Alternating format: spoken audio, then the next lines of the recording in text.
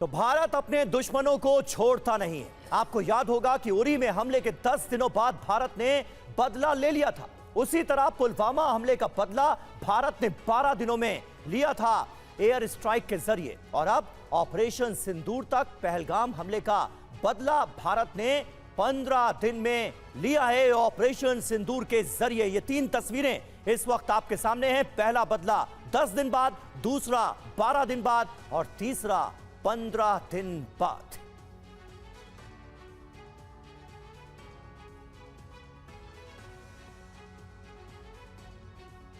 और चलिए अब आपको बताते हैं कि कैसे मोदी ने जो कहा वो किया।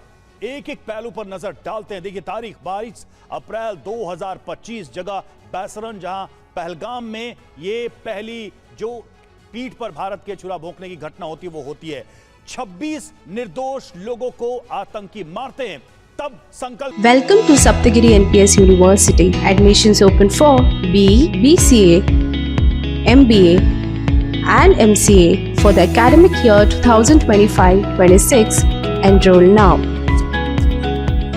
लिया कि आतंकियों को मिट्टी में मिलाने का समय है और 7 मई को बदला लिया पीओके और पाक में मिसाइल अटैक के जरिए, इस मेजर स्ट्राइक के जरिए।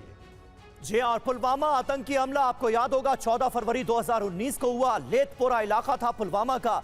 40 जाबाज सीआरपीएफ जवानों की शहादत हुई थी। देश सदमे में था। संकल्प लिया गया कि जवानों की शहादत जाया नहीं जाएगी, बदला जरूर लिया जाएगा। और 26 फरवरी 2019 को बालाकोट में आतंकी कैंप पर एयर स्ट्राइक करके भारत ने बहुत करारा मैसेज, करारा संदेश आतंकवाद के खिलाफ पाकिस्तान को दिया।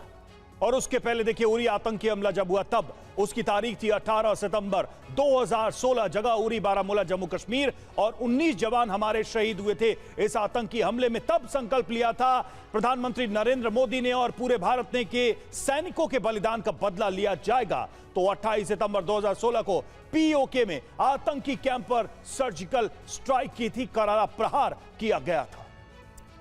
बिल्कुल, और हमारे साथ इस वक्त तमाम खास मेहमान मौजूद हैं। इसी पर बात करने के लिए हमारे दो सहयोगी मनीष झा हमारे संवाददाता और सुमित चौधरी हमारे सहयोगी हमारे साथ मौजूद हैं।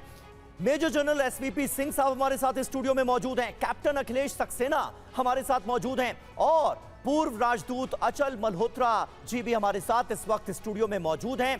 सुमित, क्या लगता है ऑपरेशन सिंदूर के जरिए एक तो जो पाकिस्तान की सेना और आतंकी संगठनों का गठजोड़ सामने आया उस पर हमने बात की, लेकिन ऑपरेशन सिंदूर के जरिए आतंकवादियों को, आतंक के आखाओं को, पाकिस्तान के हुक्मरानों को जो कड़ा मैसेज दिया गया है, उसके बाद पाकिस्तान की हिम्मत होगी कुछ करने की, रिटेलिएट करने की। देखिए अभी की स्थिति में अगर आप देखें तो पाकिस्तान की आर्मी हो या टेररिस्ट हो, इनको बहुत लाउड एंड क्लियर एक मैसेज तो मिल गया है कि आप भले ही लॉन्च पैड्स तक आप सीमित रहे, आप ये सोच रहे हो कि हमें पाकिस्तान के अंदरूनी इलाकों में हमें कोई छेड़ नहीं सकता, हाथ नहीं ला सकता, वो मैसेज तो कल 24 घंटे पहले मिल गया। लेकिन अभी मैं आपको बताऊं कि पाकिस्तान आर्मी अपने फेस सेविंग के लिए कुछ भी करने के लिए उतारू हो सकती है। अभी आप देखें कि पाकिस्तान आर्मी सबसे वीक पोजिशन पे है। बलूचिस्तान हो, पाक अफगानिस्तान के बॉर्डर हो, लगातार पाकिस्तान आर्मियों को उनके ऑपरेशन की, इन कैपेबिलिटीज को लेकर, अनप्रोफेशनलिज्म को लेकर पूरे देश नहीं पूरी दुनिया में सुननी पड़ रही है। उनकी ट्रेन लगातार पाकिस्तान आर्मी की पूरी ट्रेन कैप्चर कर ली जाती है,